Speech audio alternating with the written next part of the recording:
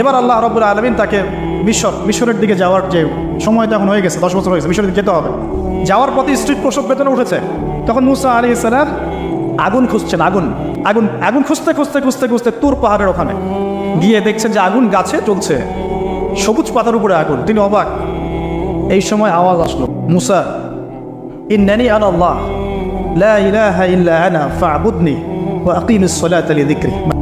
আওয়াজ চতুর্দিক থেকে ভেসে আসলো। মহান আল্লাহ রাব্বুল আলামিন তার শান অনুযায়ী, তার ইজ্জত অনুযায়ী তিনি যেভাবে কথা বলেন সেভাবে মুসা আলাইহিস সালামের সাথে কথা বললেন। আল্লাহু আকবার। বললেন, ইয়া মুসা, হে মুসা, ইন্নানি আনা আল্লাহ, নিশ্চয় আমি আল্লাহ, লা ইলাহা ইল্লা আনা, আমি ছাড়া কোনো ইলাহ নাই, ফা'বুদনি, তুমি আমার ইবাদত করো, ওয়া আকিমিস সালাতা লিযিকরি, আমার ইবাদতের জন্য সালাত কায়েম করো, আমার জিকিরের জন্য সালাত কায়েম করো, আমার স্মরণের জন্য সালাত কায়েম করো।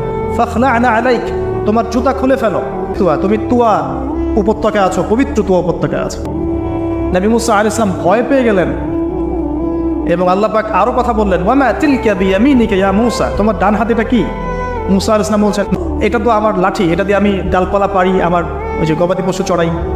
আল্লাহ পাক বলছেন যে ছুঁড়ে মারো, এটা ছুঁড়ে মারো। ফালকাহা, তিনি ছুঁড়ে মারলেন, ফাইদা হিয়া হাইয়াতুন তাসা, এবং এটা ছোটাছুটি শুরু করলো, বড় একটা সাপ। তিনি পিছনের দিকে দৌড়ানো শুরু করলেন সাপ দেখে।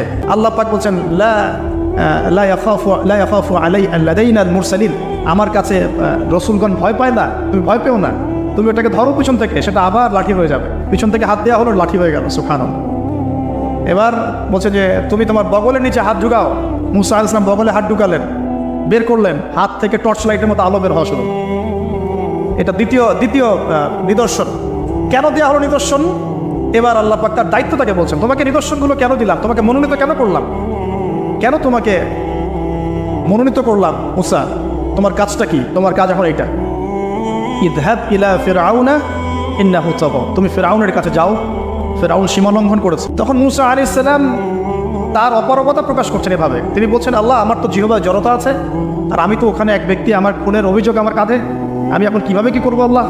তখন আল্লাহ রাব্বুল আলামিন বলছেন, এই দোয়াটা করো। কোন দোয়া? মুসা আলাইহিস সালাম বললেন, রব্বি ইশরাহ লি সাদরি, হে আল্লাহ, আমার বক্ষ প্রশস্ত করো, ওয়াসসির লি আমরি, আমার কাজকে সহজ করে দাও, ওয়াহলিল উকদাতাম মিন লিসানি, আমার জিহ্বার সমস্ত জড়তা দূর করে দাও, ইয়াফকাহু কাওলি, যাতে মানুষ আমার কথা বুঝতে পারে।